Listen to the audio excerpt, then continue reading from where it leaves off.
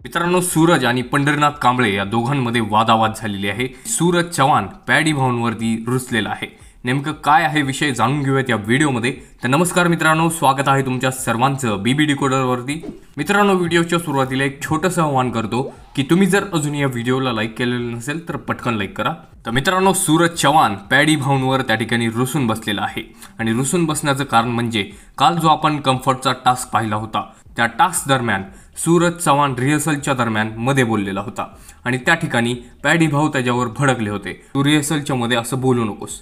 आणि याच गोष्टीचा राग सूरजला आलेला आहे। अंकिता आणि सूरज बसलेले असताना पॅडी भाऊ सूरजसाठी एक वस्तू घेऊन येतात आणि ती वस्तू घेण्यास सूरज नाकारतो, मला ही वस्तू नकोय म्हणतो। आणि त्यानंतर पंढरीनाथजी म्हणतात की तुला मी इथून पुढे कोणतीच गोष्ट सांगणार नाही, तुझी चांगली असो व वाईट असो, मी कोणतीच गोष्ट तुला आजपासून सांगणार नाही। आणि सूरज पॅडी भाऊंना असं म्हणतो की नका सांगू। म्हणजे या ठिकाणी सूरज जो आहे तो कुठे ना कुठे पॅडी दादांवर भडकलेला आपल्याला आज पाहायला मिळणार आहे। तर मित्रांनो, या भांडणावरती तुमचं काय मत आहे कमेंट करून सांगा। व्हिडिओ आवडला असेल तर लाईक करा आणि अशाच एक्सक्लुझिव्ह अपडेट्स गॉसिपसाठी फक्त सबस्क्राइब करा बिग बॉस डिकोडरला। मी भेटतो तुम्हाला अशाच एक्सक्लुझिव्ह अपडेट्ससह, तोपर्यंत धन्यवाद।